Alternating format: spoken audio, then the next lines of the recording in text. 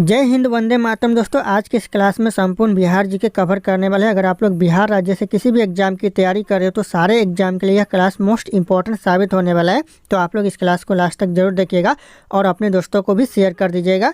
दोस्तों, इस वीडियो का पहला क्वेश्चन है, 1922 में गया के इंडियन नेशनल कांग्रेस के अधिवेशन के अध्यक्ष कौन थे? जो 1922 में जो बिहार के गया में इंडियन नेशनल कांग्रेस का जो अधिवेशन हुआ था, उस अधिवेशन में जो अध्यक्ष थे कौन थे? तो जाएगा चित्तरंजन दास थे। यह क्वेश्चन बहुत इंपॉर्टेंट है। ऑप्शन है चित्तरंजन दास करेक्ट आंसर हो जाएगा। और आप लोगों को इस वीडियो में एक भी क्वेश्चन का सही से उत्तर पहले से पता होगा तो कमेंट करके जरूर बताइएगा। दोस्तों, अगला क्वेश्चन है, बिहार कांग्रेस सोशलिस्ट पार्टी का गठन हुआ कब हुआ? दोस्तों, बिहार कांग्रेस सोशलिस्ट पार्टी का गठन किया जाएगा 1931 में बिहार कांग्रेस सोशलिस्ट पार्टी का गठन हुआ। ऑप्शन बी ध्यान रखिएगा, बहुत इंपॉर्टेंट सवाल है यह। अगला क्वेश्चन है, बेगूसराय में चौकीदारी कर के विरुद्ध आंदोलन एक हिस्सा था। दोस्तों, कौन सा आंदोलन एक हिस्सा था चौकीदारी कर के विरुद्ध? तो जाएगा सविनय अवज्ञा आंदोलन, यह एक हिस्सा था। तो ऑप्शन यहाँ पे डी करेक्ट आंसर हो जाएगा। ध्यान रखिएगा आप लोग, ऑप्शन डी। अगला क्वेश्चन है, चंपारण आंदोलन से कौन संबंधित नहीं था? इन ऑप्शन में से दोस्तों चंपारण आंदोलन से संबंधित नहीं था, कौन नहीं था? तो जाएगा जयप्रकाश नारायण, जो कि चंपारण आंदोलन से संबंधित नहीं था। बाकी यहाँ पे डॉक्टर राजेंद्र प्रसाद संबंधित था, अनुग्रह नारायण सिंह भी संबंधित था, और ऑप्शन यहाँ पे डी इनमें से कोई नहीं। तो ऑप्शन बी और सी ये दोनों संबंधित थे। तो ध्यान रखिएगा, ऑप्शन यहाँ पे ए करेक्ट आंसर हो जाएगा। यहाँ पे क्या पूछा जा रहा है? संबंधित नहीं था। तो ऑप्शन यहाँ पे ए करेक्ट आंसर हो जाएगा, जयप्रकाश नारायण। अगला क्वेश्चन है, गांधी जी का चंपारण सत्याग्रह किससे जुड़ा था? जो गांधी जी का जो बिहार में चंपारण सत्याग्रह आंदोलन जुड़ा था, यह किससे जुड़ा था? यह जुड़ा था तिनकठिया से। ऑप्शन यहाँ पे ए तिनकठिया करेक्ट आंसर हो जाएगा। ध्यान रखिएगा आप लोग, ये भी क्वेश्चन बहुत इंपॉर्टेंट है, कई बार एग्जाम में पूछा गया है। अगला क्वेश्चन है, प्रभावती देवी किस क्षेत्र की स्वतंत्र संग्राम सेनानी थी? कौन से क्षेत्र की दोस्तों स्वतंत्र सेनानी थी प्रभावती देवी? की जाएगा चंपारण की। ऑप्शन यहाँ पे डी चंपारण करेक्ट आंसर हो जाएगा। अगला क्वेश्चन है, बंगाल के किस नवाब ने मुंगेर को अपनी राजधानी बनाया था? बंगाल का ऐसा कौन सा नवाब था जिसने मुंगेर को अपनी राजधानी बनाया था?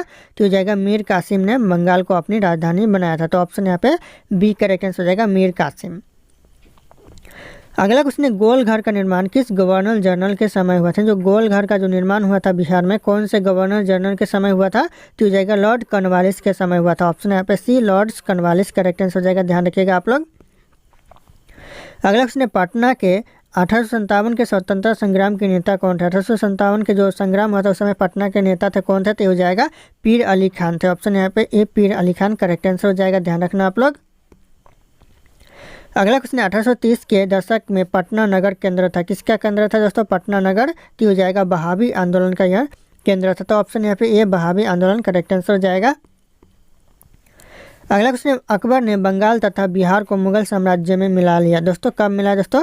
ये हो जाएगा 1576 में दोस्तों बिहार और बंगाल को अपनी मुगल साम्राज्य में मिलाया। दोस्तों, किसने मिलाया? तो अकबर ने मिलाया। ऑप्शन यहाँ पे सी हो जाएगा 1576। दोस्तों, ये मेरा टेलीग्राम चैनल है जिसपे मैं रोज एक से बढ़कर एक क्विज शेयर करता हूं जो कि आपके एग्जाम में 4 चांद लगा सकते हैं। तो आप लोग इस टेलीग्राम चैनल को ज्वाइन कर लीजिएगा दोस्तों। और ये मेरा इंस्टाग्राम चैनल है, अगर आपके पास कोई डाउट है मुझसे पूछना चाहते हैं तो आप लोग मुझे इंस्टाग्राम पे फॉलो करके मैसेज कर सकते हैं, अपना डाउट पूछ सकते हैं। इंस्टाग्राम और टेलीग्राम का लिंक वीडियो के डिस्क्रिप्शन में आप लोगों को मिल जाएगा, डायरेक्ट वहाँ से फॉलो कर लीजिएगा। दोस्तों, अगला क्वेश्चन है, किसने प्राचीन पाटलिपुत्र नगरी के स्थान पर पटना शहर को बसाया? दोस्तों, किसने बसाया? तो यह बसाया शेरशाह ने। ऑप्शन यहाँ पे ये शेरशाह करेक्ट आंसर हो जाएगा। ध्यान रखिएगा, क्वेश्चन बहुत इंपॉर्टेंट है। अगला क्वेश्चन आ रहा है, मध्यकाल के किस शासक के शासन काल में दोस्तों बिहार का समूचे उत्तर भारत में राजनीतिक प्रभाव पड़ा? दोस्तों, किसके शासक के शासन काल में पड़ा दोस्तों? तो हो जाएगा करेक्ट आंसर शेरशाह सूरी के शासक के शासन काल में पड़ा। तो ऑप्शन यहाँ पे डी करेक्ट आंसर हो जाएगा। ध्यान रखिएगा आप लोग। अगला क्वेश्चन है, मुगलों के पतन के बाद बिहार किसके अधीन हो गया? यानी जो मुगलों के पतन के बाद जो बिहार अधीन हो गया, किसके अधीन दोस्तों?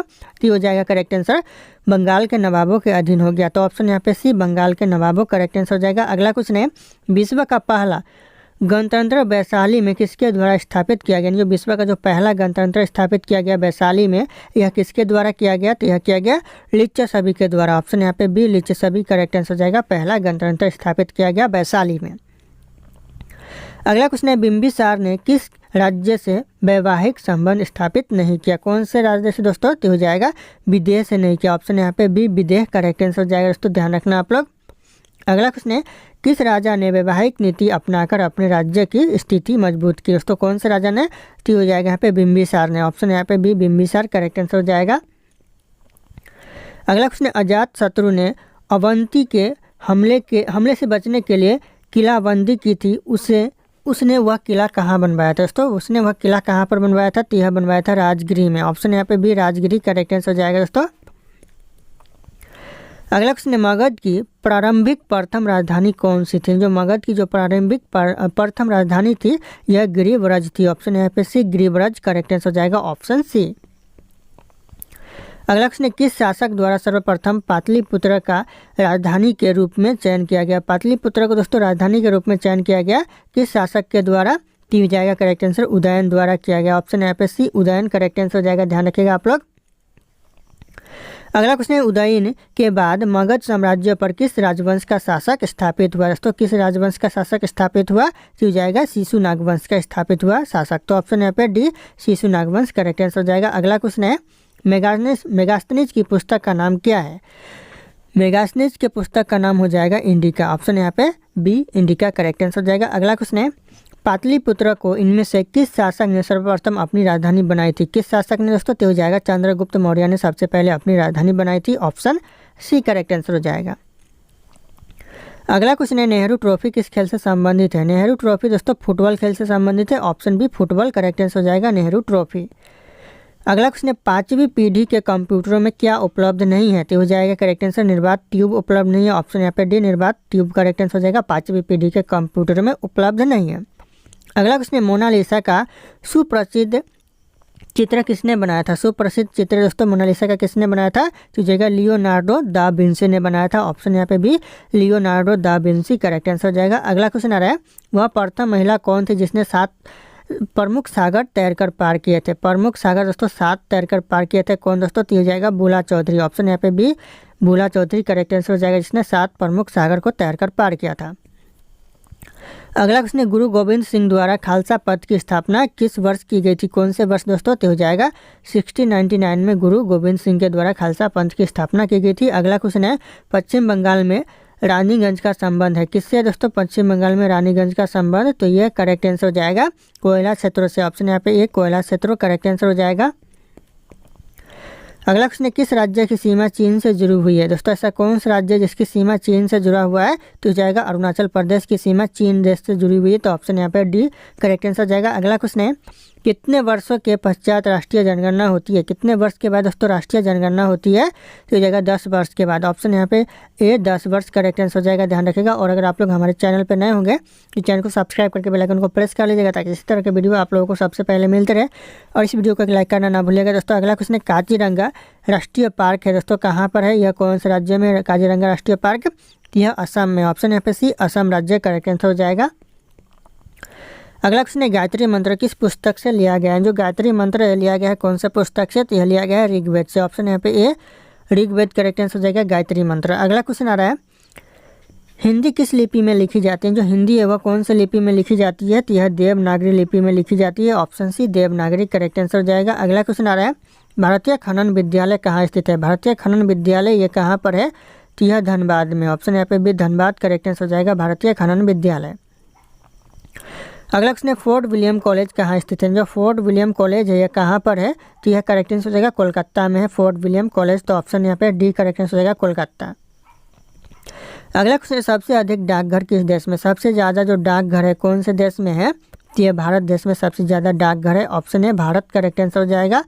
अगला क्वेश्चन है, मुंबई महानगर का एसटीडी कोड क्या है? मुंबई महानगर का जो एसटीडी कोड है 022 है। तो ध्यान रखिएगा, ऑप्शन यहाँ पे बी 022 करेक्ट आंसर हो जाएगा।